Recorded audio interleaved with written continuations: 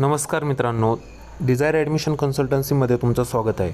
तर या व्हिडिओमध्ये आपण ग्रँट मेडिकल कॉलेज मुंबई, जे की एक सर्वात जुने कॉलेज आहे, याचा लास्ट इयर कट ऑफ किती होता त्याच्याबद्दल आपण पाहू. त्याचबरोबर हॉस्टेलची फीज याचाही आपण ह्या व्हिडिओमध्ये विचार करणार आहोत. तर हे एक टॉप गव्हर्नमेंट कॉलेज महाराष्ट्र स्टेटमधील आहे.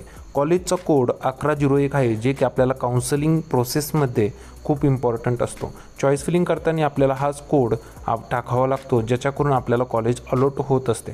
स्टेटस हे गव्हर्नमेंट कॉलेज आहे. 250 सीट्स आहे.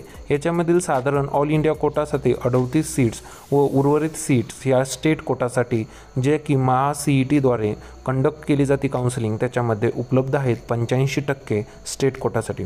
तर आपण ह्या व्हिडिओमध्ये कट ऑफ असेल, फीज असेल व याच्याबद्दल अजून माहिती घेणार आहोत. आता सर्वात पहिल्यांदा आपण जर विचार केला तर विविध कॅटेगरीज असतात, जसं की ओपन, OBC, EWS आणि अन्य कॅटेगरीसाठी किती कट ऑफ गेला हे पाहू. सर्वात पहिल्यांदा ओपन कॅटेगरीचा जर आपण विचार केला तर 650 मार्क्स व कॉलेजची फी ही साधारण ओपन कॅटेगरीसाठी 1,39,360 रुपये आहे. व जर तुमचं वार्षिक उत्पन्न हे 8 लाखापेक्षा कमी असेल तर 50% तुम्हाला याच्यामध्ये ही स्कॉलरशिप ही मिळू शकते. परंतु त्याच्यासाठी अट अशी की तुमचं वार्षिक उत्पन्न हे 8 लाखापेक्षा कमी पाहिजे. आता याच्यानंतर जर आपण OBC कॅटेगरीचा विचार केला तर 635 हा स्कोर OBC कॅटेगरीसाठी लास्ट इयर कट ऑफ गेलता व OBC कॅटेगरीसाठी तशी वार्षिक फी या कॉलेजची 76,000च्या आसपास आहे. परंतु सर्व कॅटेगरीचं बेनिफिट भेटून, म्हणजेच OBC कॅटेगरीला जी MHADBT स्कॉलरशिप मिळते, ही बेनिफिट भेटल्यानंतर 13,000 रुपये एवढी फीज होते. आता EWS कॅटेगरीचं कट ऑफ हा 642 मार्क्स एवढा होता व त्याचा फीज EWS कॅटेगरीसाठी 75,000 रुपये ही EWS कॅटेगरीची फी इथे आपल्याला पाहण्यास मिळते. आता आपण यानंतर SC कॅटेगरीचा विचार केला तर 580 मार्क्स ज्या विद्यार्थ्याला लास्ट इयर होते त्याला हे कॉलेज अलॉट झालेले आहे.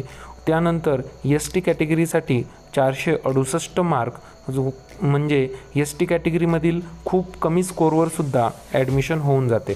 VJ कॅटेगरीसाठी 631 मार्क्सवर VJ कॅटेगरीचा विद्यार्थी अलॉट झाला. NT1 कॅटेगरी, NT2 आणि NT3 कॅटेगरीमध्ये NT1साठी 593 मार्क्स, NT2साठी 631 व NT3 कॅटेगरीसाठी 642 मार्क्स एवढा कट ऑफ गेलता. आता SC, ST, VJ, NT1, NT2 आणि NT3 या सर्व कॅटेगरीसाठी फी ही साधारण 14,000 रुपये आहे व OBC कॅटेगरीला जी आपण 76,000 रुपये फी होती ती पण अल्टिमेटली आपल्याला स्कॉलरशिप व सर्व गोष्टी मिळाल्यानंतर तीही 13,000 ते 14,000 रुपयाच्या दरम्यानच होती. म्हणजे जे सर्व कॅटेगरीजमध्ये विद्यार्थी येतात त्यांच्यासाठी या कॉलेजची साधारण 14,000 ते 15,000 रुपये फी आहे, एवढी तुम्ही समजू शकता. व ओपन कॅटेगरीमध्ये विद्यार्थ्याला जसं सांगितलं 8 लाखापेक्षा कमी इन्कम असेल तर काही बेनिफिट्स आपल्याला प्रोव्हाइड होऊ शकतात. EWSसाठी 75,000 रुपये कंपल्सरी फीज आहे. आता आपण हॉस्टेलचा विचार केला तर तिथे गव्हर्नमेंट मेडिकल कॉलेज जेजनचं आहे, तिथे हॉस्टेलची सुविधासुद्धा अवेलेबल आहे व 4,000 रुपये हॉस्टेलची फी आहे. याच्यामध्ये मेस इन्क्लुडेड नाही आहे. वार्षिक फी तुम्हाला 4,000 रुपये हॉस्टेलसाठी देणं आहे. आता बाकीचा आपण विचार केला तर मेस वगैरे याच्यामध्ये इन्क्लुडेड नसणार आहे. आता जर तुम्हाला अदर डिटेल्स पाहिजे असतील, पेड काउन्सिलिंग घ्यायची असेल, आपली पेड काउन्सिलिंगची फी ही 4,000 रुपये आहे. स्टेटसाठी स्टेट प्लस AIQची 6,000 रुपये आहे. 9730 89 89 60 या व्हॉट्सअप क्रमांकावर आम्हाला मेसेज करा. आमचे टीम मेंबर्स तुमची नक्कीच हेल्प करतील. लो स्कोरवर आपण प्रायव्हेट MBBSमध्येही ॲडमिशन घेऊ शकतो, अदर स्टेटमध्ये घेऊ शकतो.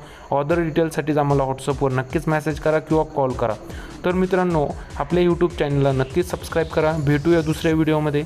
थँक्यू.